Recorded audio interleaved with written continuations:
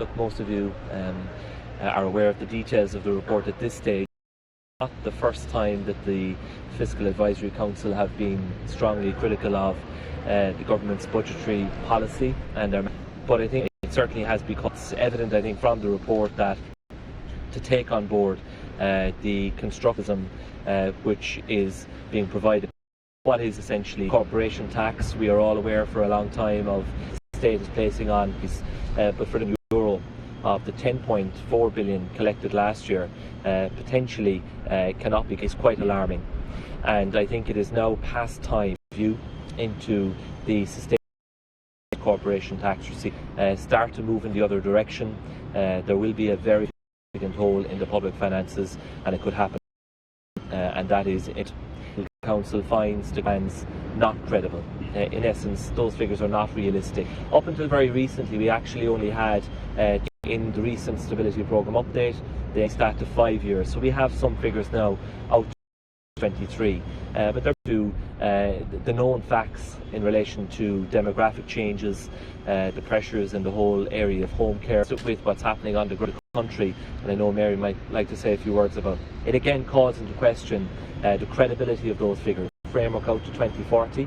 We have a national development plan anomaly there that in our view needs to be hanging. All of that remains Brexit, and said all of the government's case scenario, there is absolutely no guarantee. Themselves have said the risk of a disorderly it ever has been before, and in the words of the Fiscal Council, the economic impact of that is profoundly negative. And so I think we have to incentive when we're considering in full the report of the rainy day fund, the possibility of corporation tax receipts going into onwards into a rainy day fund, and we are open to that idea. Our economic statement next month increasing the amount of money that goes into the rainy day fund year. When Michael Noonan with us that it was necessary has halved that to €500 million a year. So they're just some opening remarks. In not much more to add. When you see descriptions such as irresponsible and lacks credibility in relation to their alarming from our perspective. We've seen in the Department of Public projects being foregone in relation to overspends in relation to the development plan, and this again will it raising taxes, or will it's not possible or credible as is this report projection to you, and until the lot more defined and descriptive as to how they can claim that no project. Given the prospect of space is there, do you think that with all of the risks of Brexit and with some of that being a bit volatile, that maybe the government should go for a neutral budget where it doesn't spend that 600 million? The event that this party promoted back in 2015 was actually taken on board by the government. We've learned anything from the past, from the properties corporation. We don't revisit issues like that again. These are means and methods by which that can be done. But in terms of new measures, rather than whatever about relying on bar, there's 600 billion used at all. Yeah, I think we have a statement now. It's due out, and that will provide an update of all of these projections, and the figures could change. But I think that there is the fiscal monetary exchequer returns, but income tax, VAT, corporation tax are all running behind schedule. The fact that you had some very negative numbers in the UK last couple of days, that will inevitably have an impact on the Irish economy, given the level of industry and trade that there is between both countries. So I think that we have had a good run. Many of the variables have bounced policy. That's not going to continue indefinitely.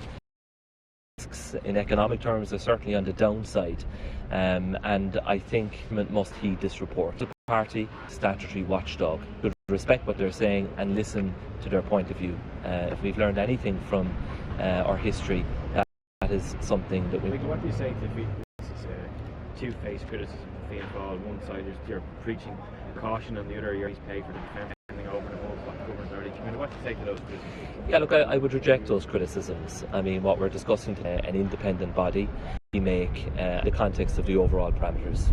Under no circumstances will Barry and I, as the respective spokespersons in this area, of the public finances, can absolutely give and stand over, because the FA don't want that to count for enough budgetary policy into the future. So look, we reject the political charges, but we're discussing a report from Linda's criticisms. that issue, if the Taoiseach comes in the budget in September, October and demands that, we're not going to agree to that because it's a risky policy. To Gavin, I mean, there's the summer statement has to come. There are many other issues that will guide our thinking in that area.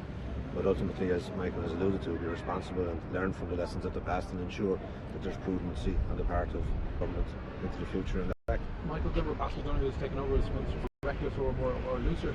I mean, has that been reflected in the discussions that you've had, I suppose, leading up to the budgets the last few years? And you share the charge of Donoghue? I think the report was referring to spending drift, and that and the underlying budget balance stalled really since 2015. Now, much of that within the year, and not challenges that we have faced in recent years, having budgetary discussions with them, is trying to get the true picture. Very evident that in relation to, for example, the negotiations go right down to the wire. Figures at play, very significant figures at play, right up to the final hour, and that's not the satisfactory way in which, I mean, the agreement a few years ago was that there would be multi-annual, and that hasn't happened. So that's something that we need to see progress on, because it's as we go along, the budget is haphazard, and then year in year out we that have to be found. I just want to ask you about, we're all in agreement that people who are found to have made false claims should be all do to make sure that people compel the Gardaí to force the criminal justice system to act in this manner. People are hugely frustrated at the fact that they know fraud is happening, but they see no consequence. Age in are the ones to bill, and it's just not, and we're not seeing that happening in the court system.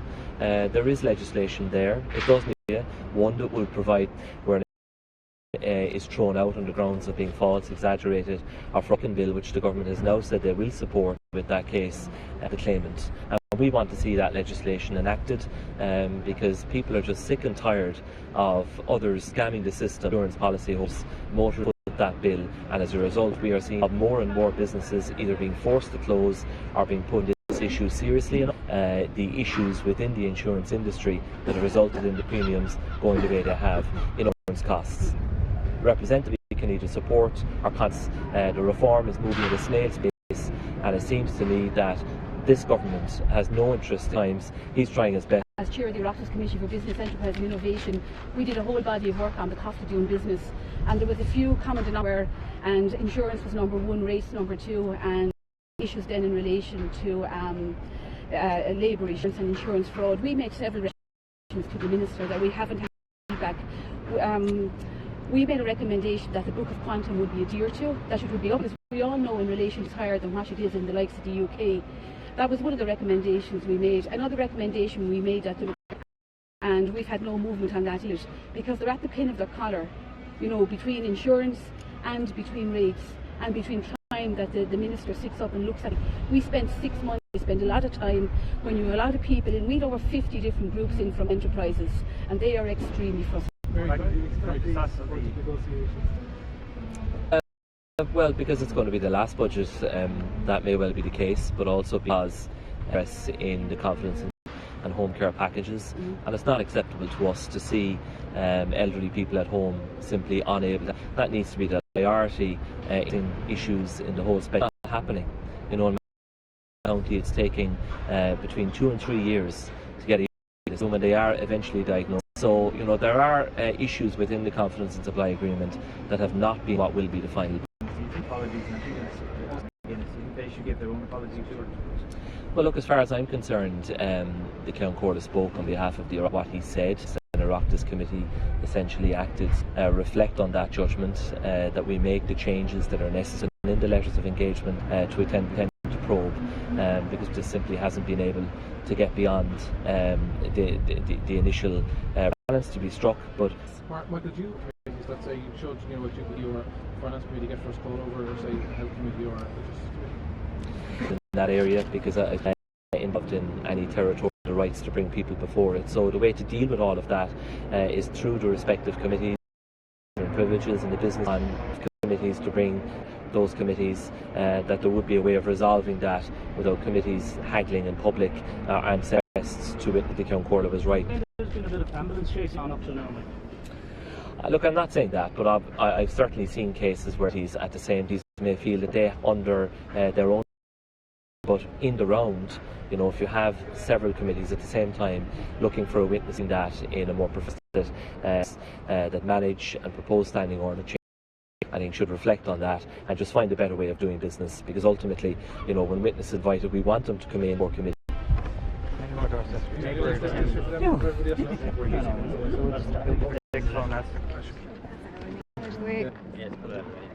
Yes,